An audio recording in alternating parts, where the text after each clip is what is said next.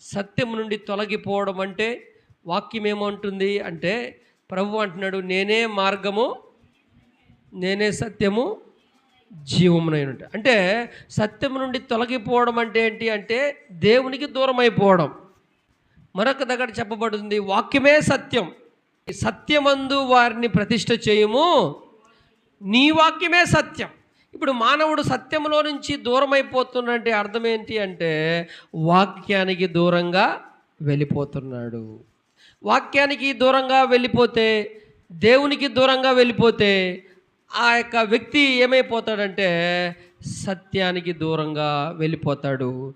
పైపెచ్చు అతను పాపములో పడిపోయే అవకాశం ఉంది. దావీదు భక్తుడు చెప్తాడు, నీ ఎదుట నేను పాపము చేయకుండా ఉండడానికి నా హృదయంలో నీ వాక్యాన్ని పెట్టుకొని ఉన్నాను అంట.